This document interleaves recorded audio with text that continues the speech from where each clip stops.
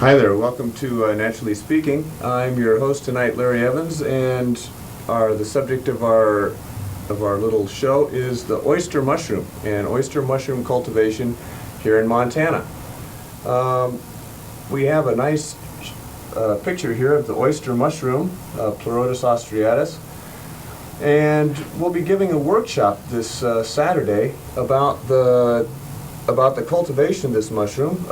Few of the people who are with me today on the panel, Radley from the Alliance for the Wild Rockies, hello, and Ginny McCammett from the state horticulturalist here. She's actually with the MSU Extension Office. And Radley.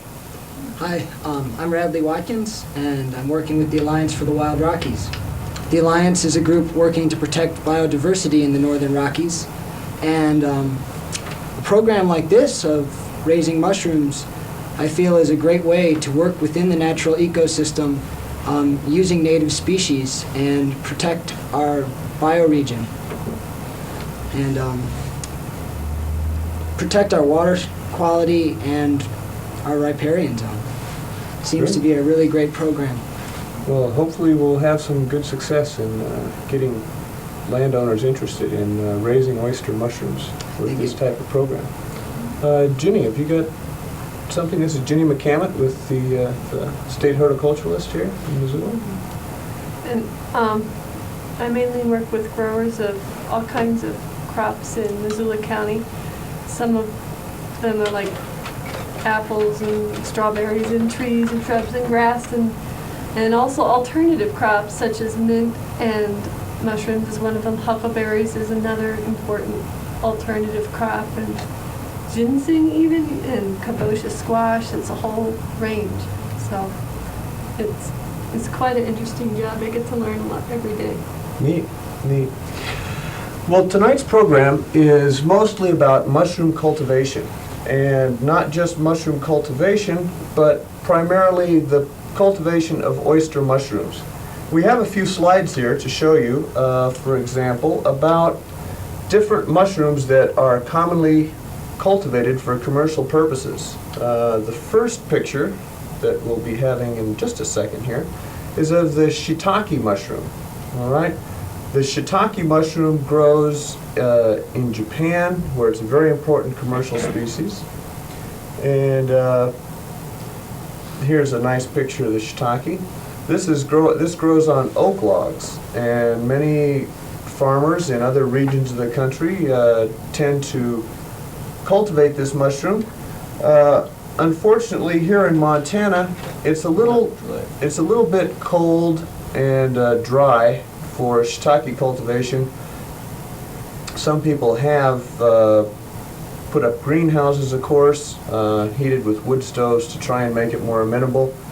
But again, in Montana, since the native substrate is oak, you've got to import the oak trees, you got to import the heat.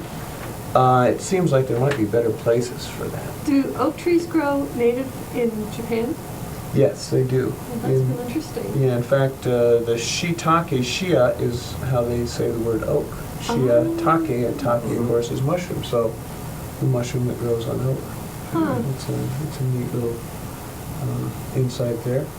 And another mushroom that is commonly cultivated is this one, the reishi, or Ganoderma Lucidum.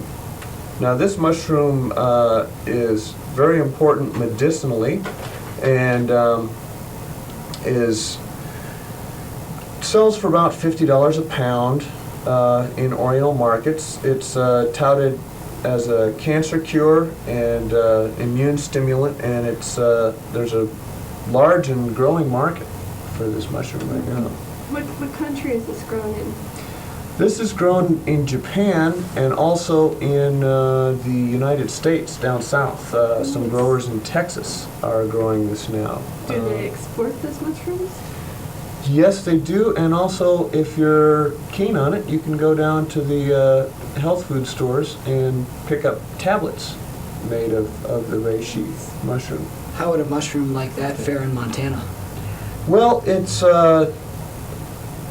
we have related species that grow up here, and they grow on like hemlock and other trees. But in generally, this mushroom, the Ganoderma Lucidum, the reishi mushroom, is more of a warm weather climate. It would have trouble with our winters and extra dry summers. Larry, the director, said we're free to ask questions too. Going back to that picture of the shiitake, where it was those long, pieces there. One more maybe. There we go.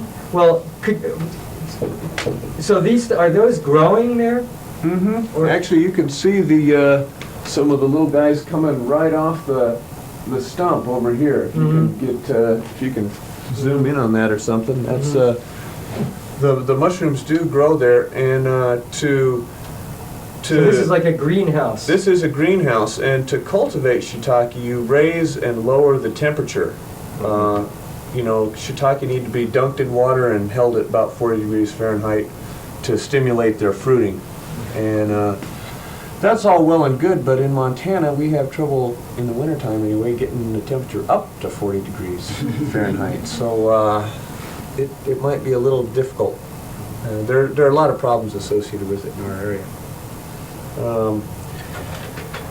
But anyway, the main mushroom of our interest in this program again is the oyster mushroom. This mushroom doesn't mind our Montana winters. It grows on the cottonwood trees, which are quite common around the river banks, all along the Bitterroot, Clark Fork, and by golly. I think the cottonwoods are among the only native trees that grow naturally in this area that are deciduous. Mm-hmm. It's one of the few. It's true. Well, one of the few that get really big anyway, and we found the cottonwoods, throughout the state, even in the eastern part of the state. We've got quite a large population of cottonwoods, and they do pretty much grow exclusively along our riparian areas, next to rivers and whatnot. Here's a shot of the leaf of the cottonwood tree for people who may not be too familiar with it. It's one of our more common species, and here in Missoula you can find it along the irrigation ditches, right out on 3rd Street. I mean, you can find it along the river in Riverfront Park, or anywhere along the Clark Fork River. You can find it in Greeno Park, growing there naturally. A lot of them in Greeno Park. There's quite a bit of variation in the leaf shape. It's so beautiful this time of year. Yeah, indeed. At any rate, these cottonwood stands, and especially the dead cottonwood trees, are the perfect habitat for the oyster mushroom. The oyster mushroom is not a parasite on trees. It grows on dead cottonwood trees, and it can. We find this pretty commonly occurring naturally in cottonwood stands here in the state. The idea of our program of the workshop this weekend will be to show people how to encourage the growth of this oyster mushroom, and since it's a naturally occurring mushroom, kind of encourage the mushroom to grow in the parts of the state where it's already commonly found. Here's a nice example of the perfect environment for an oyster mushroom. It's a cottonwood tree that's just met with a little tragedy, and as we can see with this close-up, the bark is still fresh, and the tree is just recently dead. At this point, the cottonwood is susceptible to a large number of different species of mushrooms which will attack the dead wood. And in order to encourage the oyster mushroom, we tend to pop off a little bit of the bark with a hatchet or axe or even a knife in some cases. And then in this area where you see the where you see the split in the log, we'll hop in and insert a little bit of mushroom. Are mushrooms sort of like vultures in that they prefer a fresh kill? Yeah, they do. Partly because the recently dead mushroom, the recently dead tree, still has a lot of water, still has plenty of fresh dissolved sugars in the cambium layer and things like this. Whereas something that's set for a while, dried out, is only the tougher mushrooms, the dahlias and some of the ornery polypores will kind of attack just about anything that's got cellulose. But for both the oyster mushroom and the lion's head, which we'll look at later, it's a very good bet to use fresh wood. What's the likelihood of having the oyster mushroom move into your prime conditions rather than a different species of mushroom? You mean just by accident? After you make your incision in the log, are you likely to have a variety of species move in, or is it? Sure. When you inoculate by a crude technique like this hatchet job here, you can't really expect pure culture to result.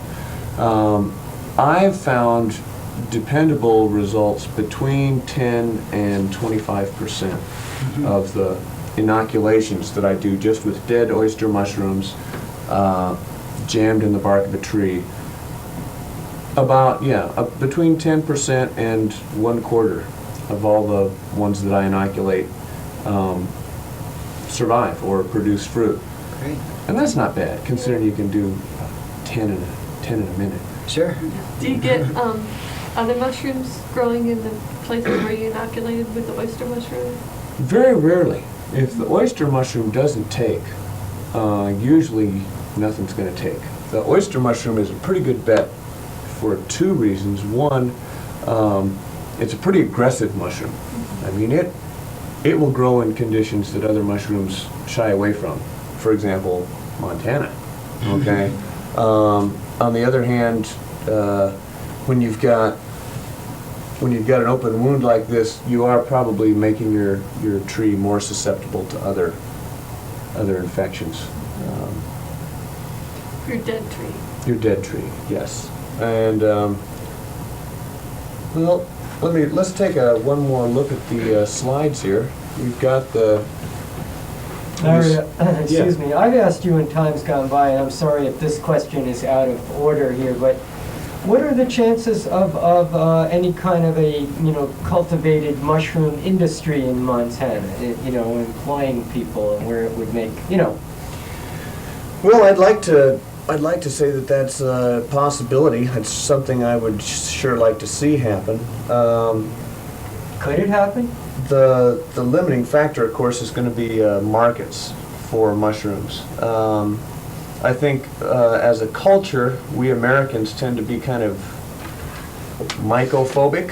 Okay, we're a little bit afraid of anything fungal, and as a result, I mean, we've grown up as kids being told, "Don't eat that. That's a mushroom and it's poisonous." So we do have a bit of a task, as it were, to try and educate or inform people about the large number of delicious edible species that we do have growing naturally and that can be cultivated here in the state. Well, Larry, am I wrong in thinking that here in Missoula, I've probably seen the oyster mushroom for sale at our farmer's market? Yes, that's been for sale at the farmer's market for about 3 years now. Great. Various groups have been bringing that into market and selling it there. It's probably one of the most dependable mushrooms in terms of identification. There's really nothing else that looks quite like an oyster mushroom, and there's, it's a large white fleshy mushroom, and it does have the prominent gills underneath. And it's a nice fishy, almost floral type of aroma. Ah. And it dries well, so it's, How do people cook with it? Well, the oyster mushroom, is quite good in a number of ways. I like to cut it into strips and dip it in egg batter, roll it in flour and pepper, and throw it on the fire. And you know, there you go. You've got some nice fried breaded mushrooms. A lot of people chop it up and put it in soup. It does have that fish-like quality, and when it gets cooked in a soup, it does very well.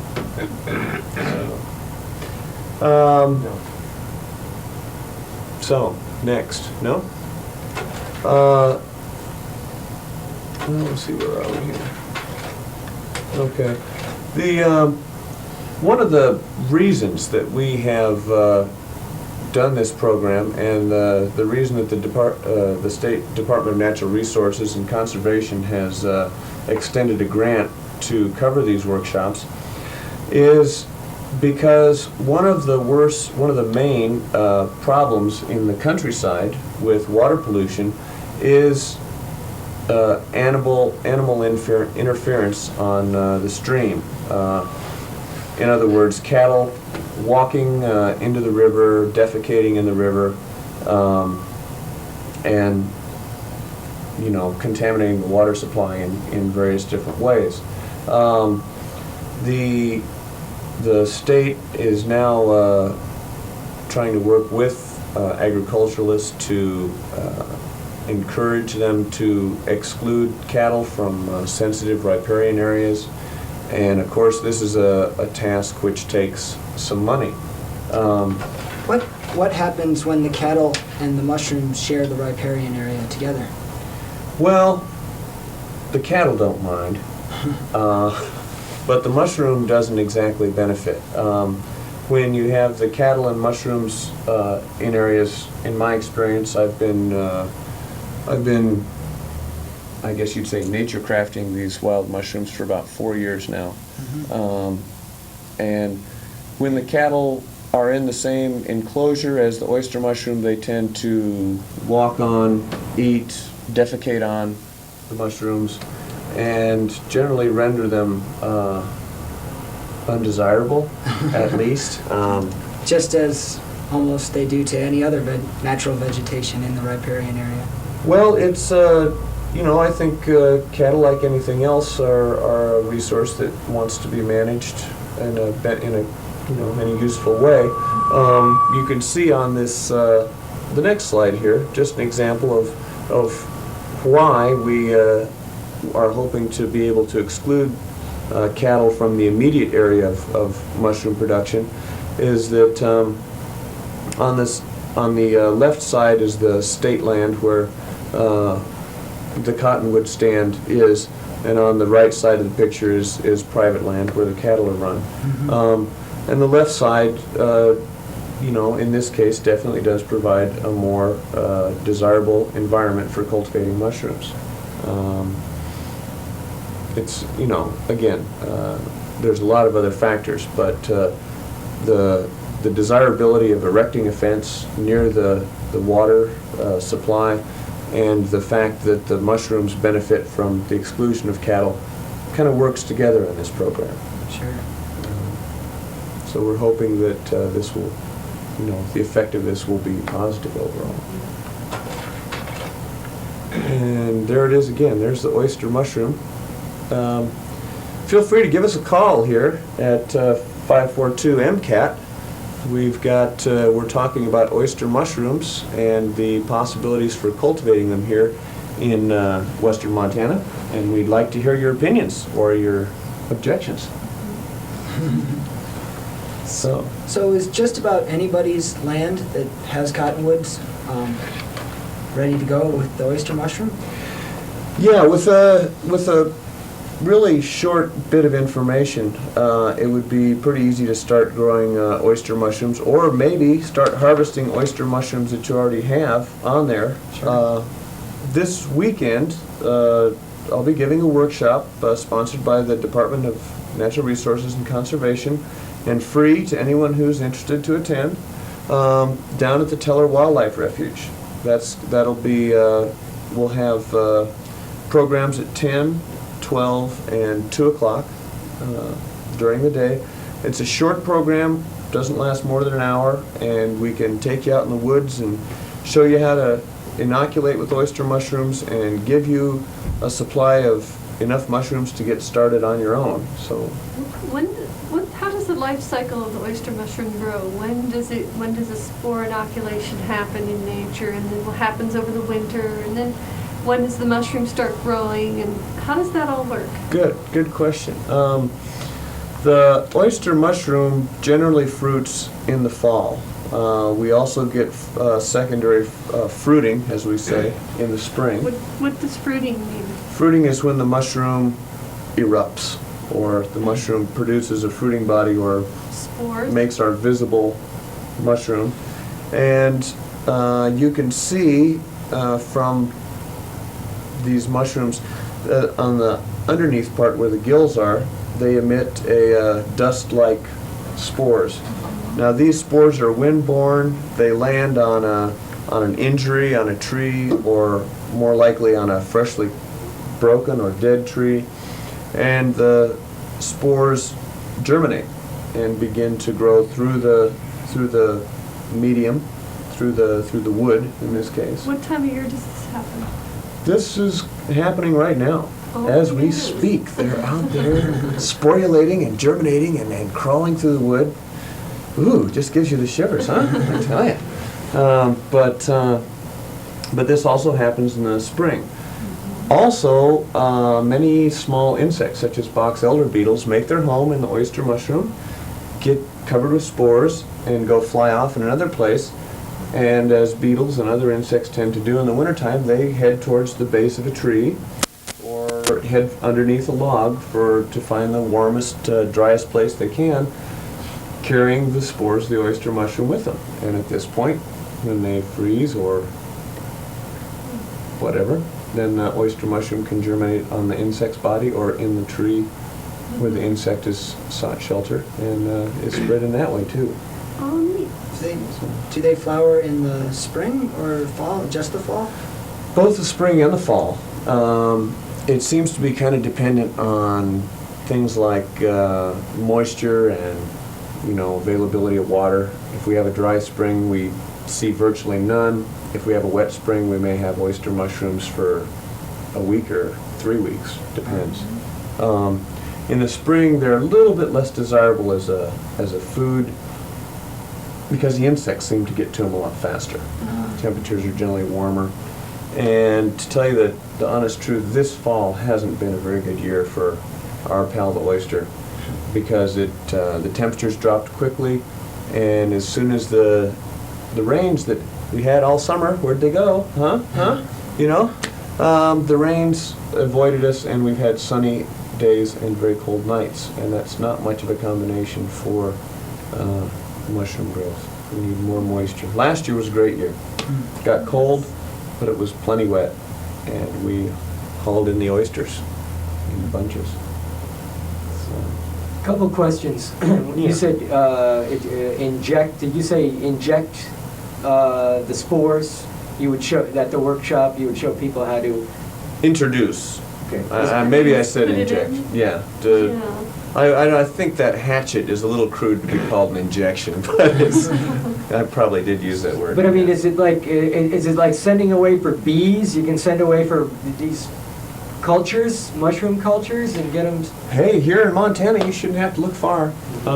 Just about, there's at least 24 sites right here inside the Missoula city limits where oyster mushrooms are fruiting right now. And I would say that, with a little bit of practice, take a look at your field guide and feel free to call in about, for help with identification. It's a very easy mushroom to identify. If you do have questions about it, of course, we'll be at the farmer's market usually to do mushroom IDs, things like that. When's the best time to pick it for taste? Is it before they start sporulating or after? I would say the best time to pick them is before all the bugs get in them. Okay. And that's usually, I'd say we're nearing the end of the optimum time. The last 2 weeks have been prime. for getting mushrooms, and the the next week or so it'll still be possible. How does a person tell when an oyster mushroom is sporulating? How can you tell? You can pick up one of the leaves underneath here. Okay, you can lift up underneath the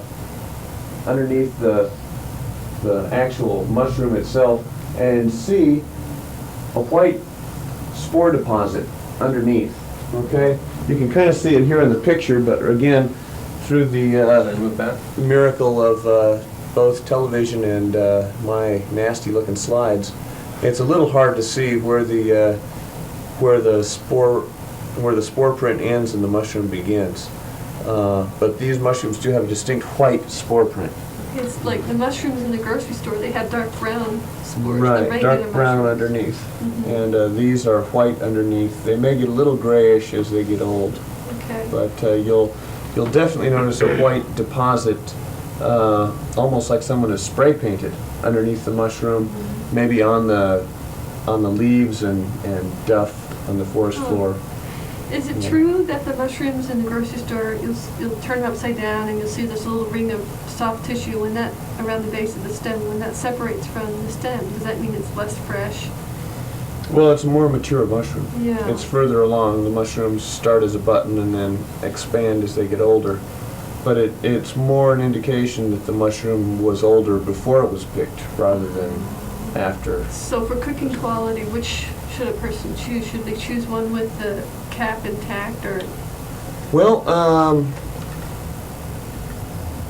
I don't know.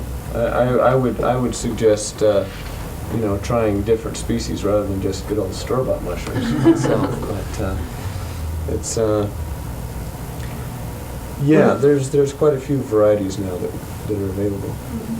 I What is- think, Oh, I'm sorry. I was gonna say that, I think that, working with Montana becoming so developed and all the people moving to our beautiful state here, this is a great opportunity for us to start working within a natural system. And people that are already living in Montana make money off of our natural beauty rather than make money destroying our wild habitat. What's the for people? What's the food value or health values of mushrooms? Like Well, oyster mushrooms are one of the most studied of our edible mushrooms. They are naturally high in fiber. They have a very low carbohydrate content, but they have about as much protein as beans, as opposed to grain or other types of. I mean, the Other food quality of the sources. protein is similar to the quality of protein in beans. No, the mushrooms supply all 9 of the amino acids that we can't produce, Uh-huh. and in that respect, they're considered a complete protein. They have by weight, by by dry weight, a comparable amount of protein to a bean. We got a caller here. Wait. I gotta do it out there. Oh, okay. Hold on.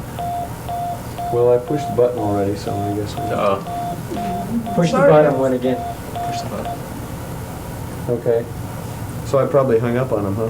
Colon again. Calling again there, callers. That was my fault. Sorry about that. But We'd like to hear your question. we sure would like to hear your question because I can't think of it myself. How much, how many pounds of mushrooms can you expect to harvest off of a single downed cottonwood? Well, I've seen as much as 100 pounds off a single tree. And it's not unusual at all to find 15 or 20 pounds of oyster mushroom on a single log. Just wait. Okay, we just have to wait here for a minute. Suspense. We should talk about the Coming up upcoming events events at the Teller at the Wildlife Tawa, Refuge. yeah. Okay, after this. Line 1. Line 1. Hello, you're on the air. Hi. I was wondering if planting oyster mushrooms in your cottonwood grove damages the trees or kills the live trees. Okay, thanks.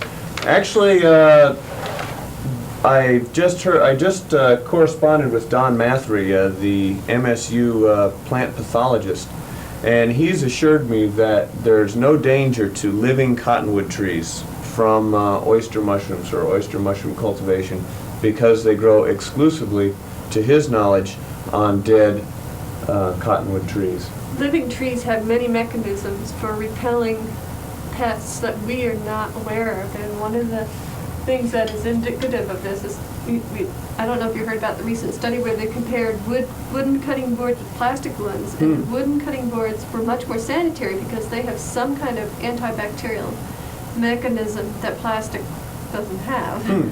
And I think the same would extend to a living tree. Sure, yeah. They got antibiotics or antibodies circulating to take out invaders. Makes sense, sure. Are you still there, caller? Yeah. I was also wondering, I planted some Hericium, the lion hens, in some cottonwoods, but there's also oysters around, and I was wondering how they compete with the oyster mushroom. Okay, we have a picture of the Hericium mushroom on the screen now. The Hericium mushroom is another very desirable species that we're hoping to introduce, or I should say expand the role of, in western Montana. And in terms of as a desirable species, I personally prefer the Hericium. I think it's a very delicious mushroom. But I'm afraid that it's a little trickier to cultivate. Have you had luck cultivating it there, caller? A few little ones have popped out, but nothing really big. So you've inoculated with Hericium and you've been able to get successful results. Yeah. Not as big results as I was expecting, but something. But like I say, they got a lot of competition. I think I'm wondering if those oysters will move in. Well, the oyster mushroom is certainly more aggressive than the Hericium. It grows quite a bit more quickly, and it seems to be better adapted to the environment. All I can say is encourage your Hericium as much as you can. It certainly is a marvelous mushroom. Okay. All right, thanks for calling. Bye-bye. So, Larry, do you actually plant these mushrooms into the down trees, or do you release spores into the trees? Using the old hatchet job technique that I showed you there earlier, I've using this hatchet technique. I have inoculated mushrooms quite successfully, and in fact, these mushrooms here are an example of an inoculation. I see. I started doing this back in early 1980s, and then again when I came back to Missoula in about 1990, and I've been inoculating with great success. Do you inoculate with spores or actual mushrooms? The easiest way and the fastest way that I've found is just to take actual mushroom fruiting bodies and plant them right in between the bark and the wood layer. Other people have used techniques like taking a maul or a wedge and splitting the tree open, stuffing the mushroom inside, and then popping the maul out, and the tree closes right back up on it. This is great. Also, I tend to use oyster mushrooms that are infected with bugs that have infestations of various insects.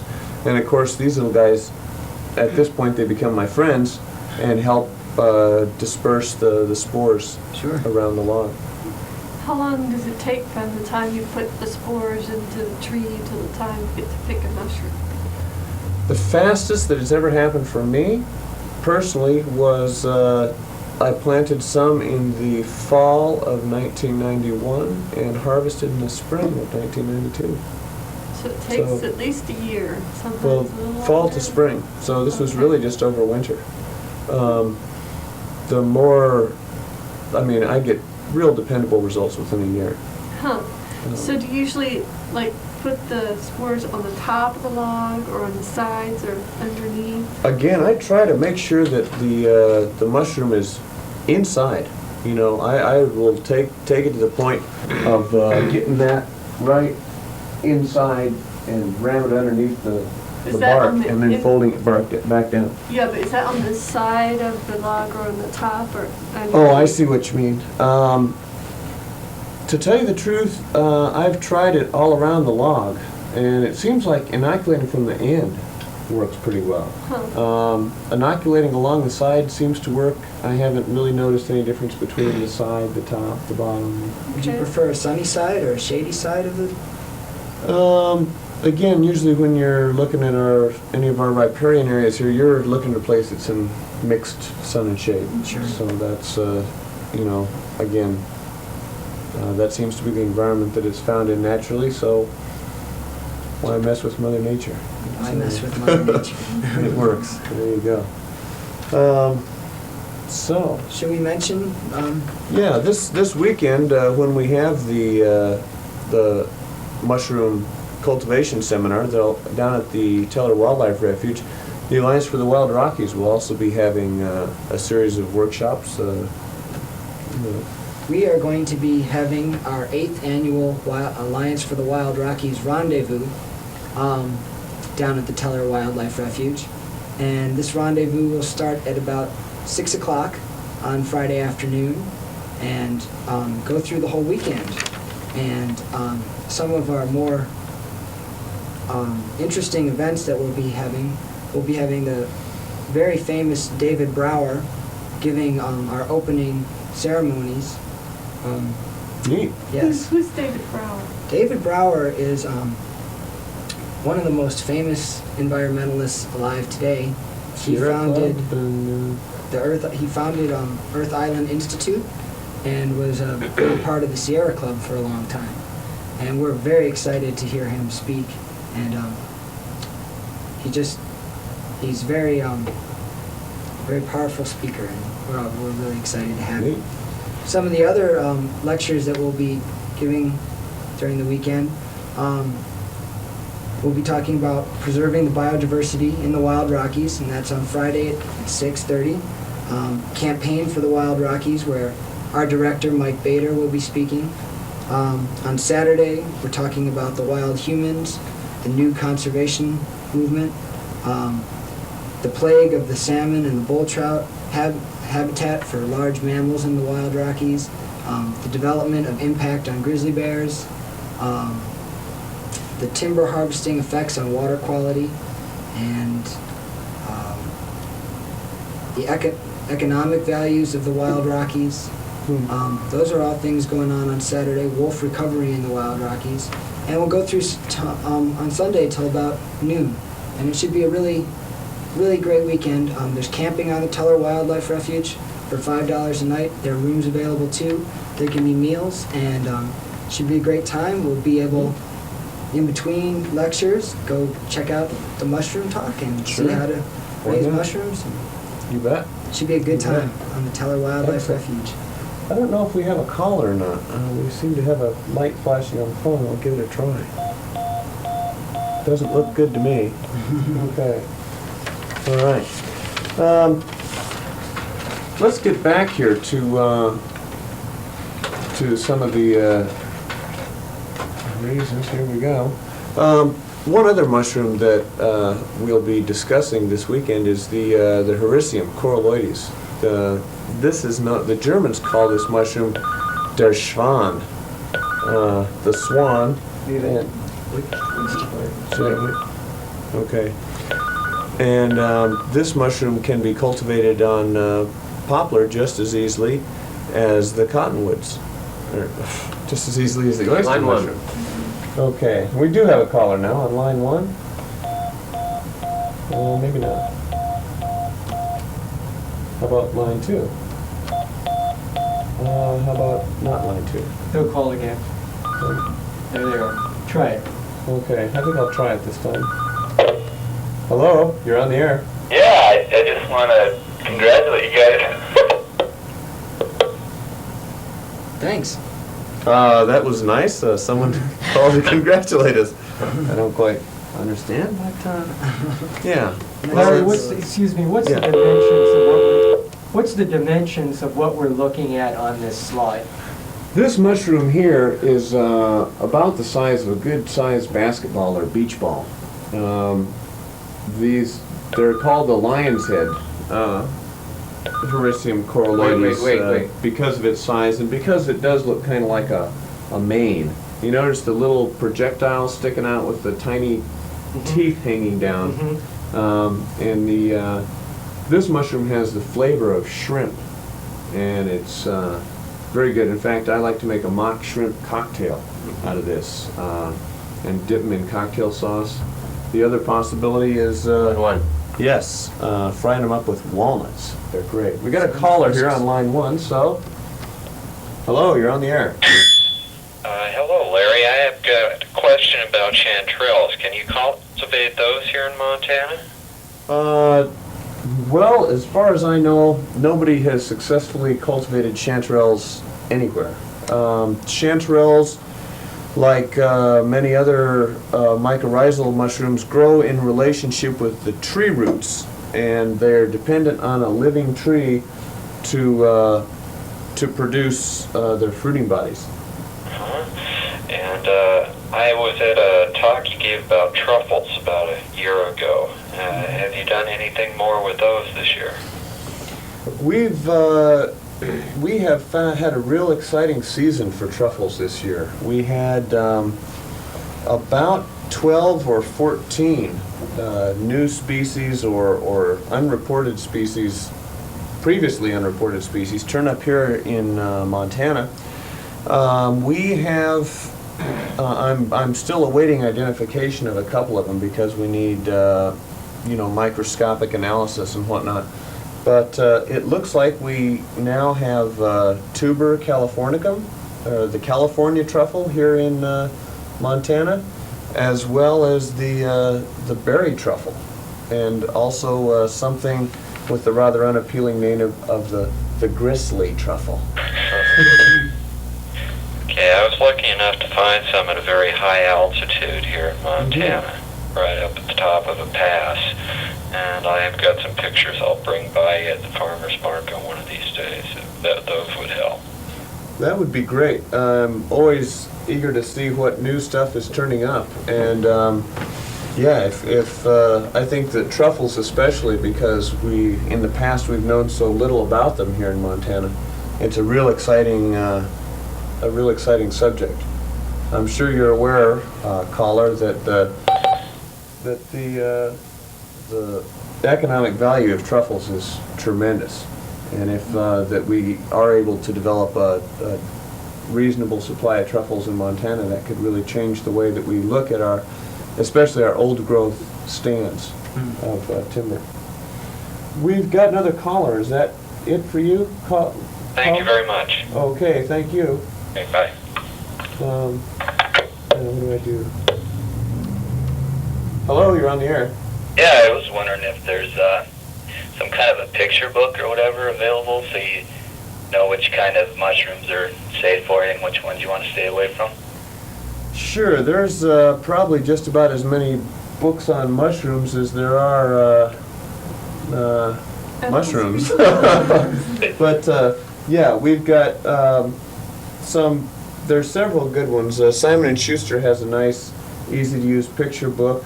The Audubon Society has put out a more comprehensive guide, which some people find a little confusing. And of course, David Aurora's The Bible of Mushrooms, The Mushrooms Demystified, is not exactly a pocket guide, but certainly comprehensive. Now, what's the most dangerous? I mean, what could they do to you? The bad kind. The bad kinds of mushrooms? I mean, do you just hallucinate, or could they kill you? Oh, well, the bad... none of the mushrooms we've been talking about tonight are going to give you any side effects at all. I just kind of caught the tail in there just the last Yeah. few minutes, and it spurred my curiosity. Sure. We've been mostly talking about the oyster mushroom and with a little bit about the Hericium, the mushroom that's on the screen right now, and discussing the possibility of cultivating these in our in the Cottonwood areas along the riverbanks and whatnot. Okay. Well, thanks for your help. Yeah. Why, sure. Thanks for calling. Yeah, the wrong species of mushroom can kill somebody. It just takes a little bit. So you have Certainly. to be very careful about identification. If you're not sure, find someone who's trained in it and who knows. There's nothing wrong with asking questions. Absolutely, absolutely. Yeah, we're certainly not without poisonous species here in Montana, but actually, partly because of our slightly more severe environment, shall we say, we are not blessed with quite as many poisonous species as, say, California or the eastern seaboard. Still, eating mushrooms randomly is just about as foolish as eating plants randomly, and I see very few people out, sampling the forbs that grow by the side of the road. So I would hope that people are equally sensible and cautious when they go and pick mushrooms. You want to teach your little children not to eat the mushrooms until they get a little older.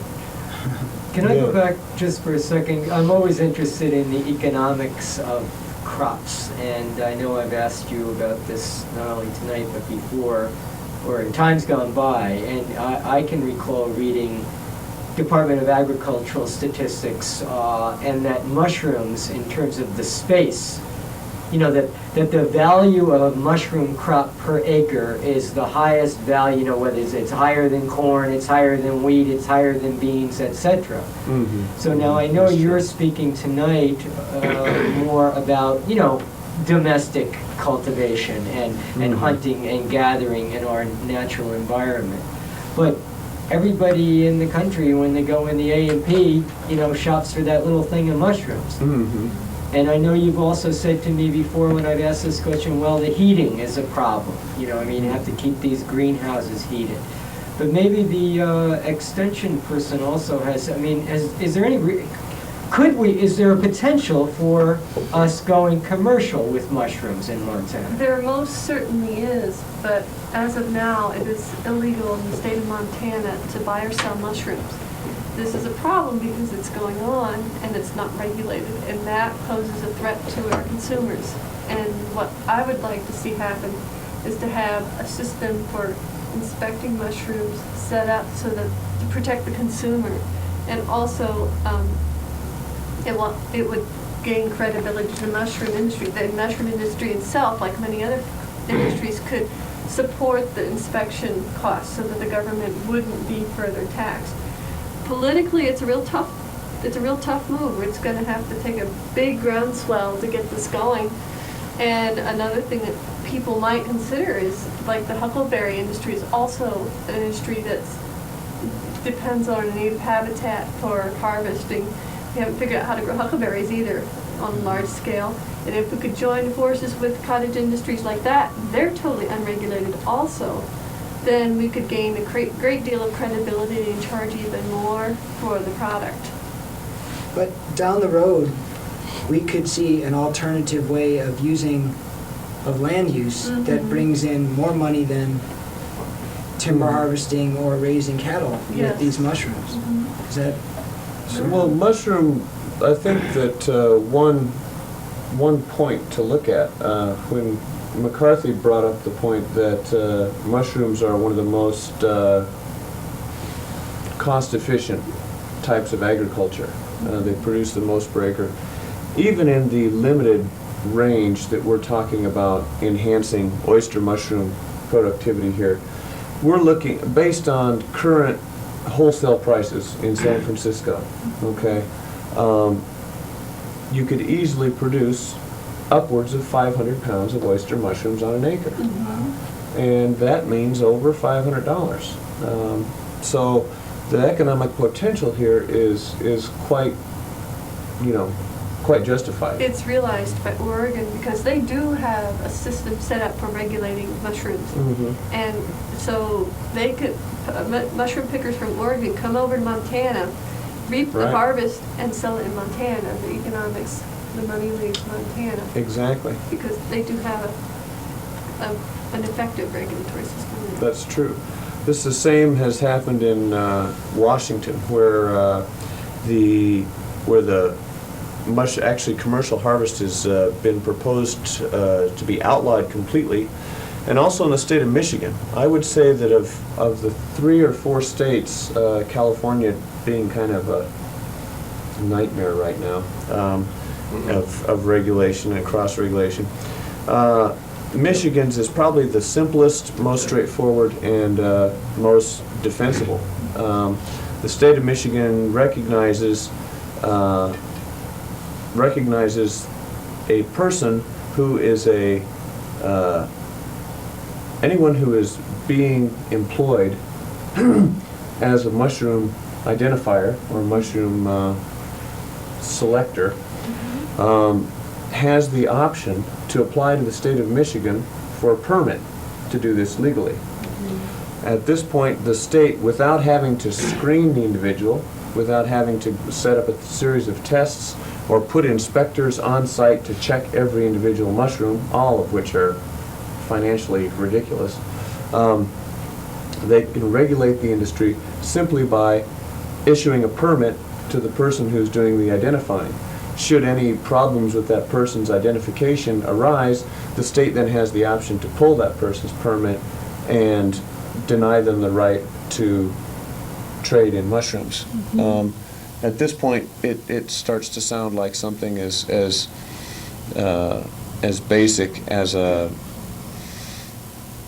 elk permit, as a hunting permit, or something like this, that the responsibility of identification is going to rest on the person who's selling the mushroom, as opposed to trying to enact some regulatory body with experts and certification procedures and other ideas. But they do have certification procedures and regulations, like in the fruit industry. I know that for a fact. Yes. Because fruit is a big industry and there's a lot of bucks, and they want to make sure that their product is going out. If it's labeled as a certain quality, they want to make sure. And the farmers are the ones who are most insistent on this, even though some of the farmers are Make sure they're New Zealand apples. Yeah, exactly.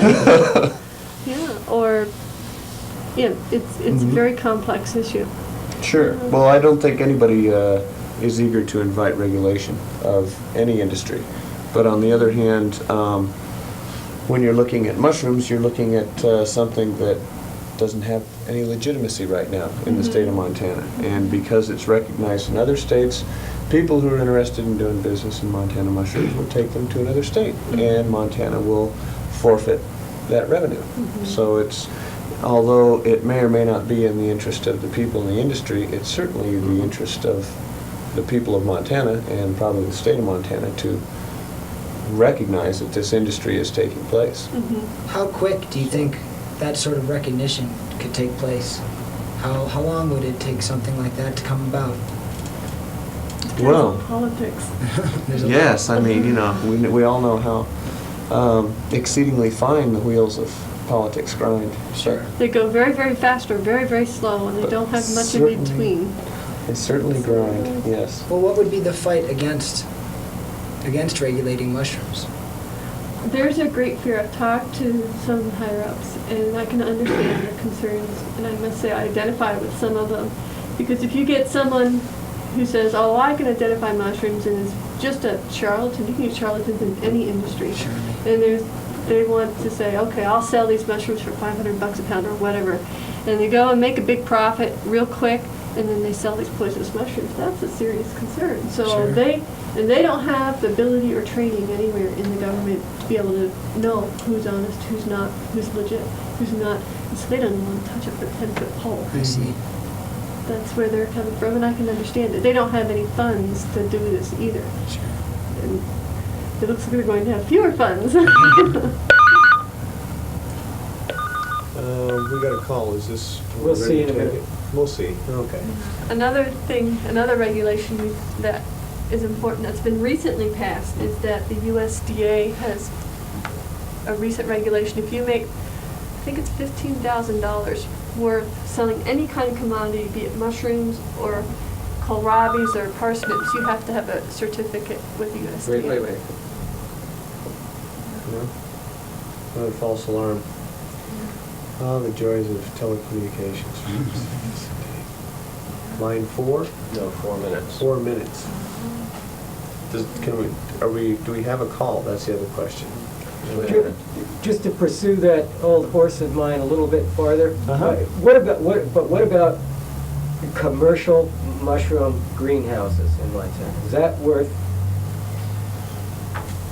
I know Again, it would that's not depend on the exactly species. A lot of people are cultivating shiitake mushrooms on a commercial basis and doing it fairly well. I would say that Montana is just probably not the ideal place to do it because of your temperature extremes and the lack of moisture. You've got a big heating bill one. with greenhouses. Yeah. And it okay. seems like our natural environment is so perfect for it. Yeah. We do have a caller on line 1. So. With 2 minutes to go.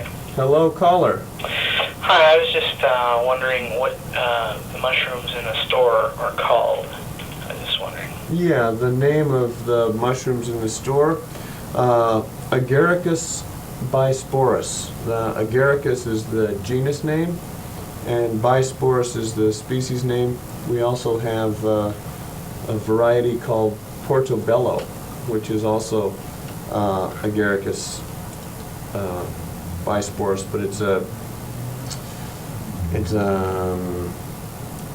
I guess a good metaphor would be a hybrid.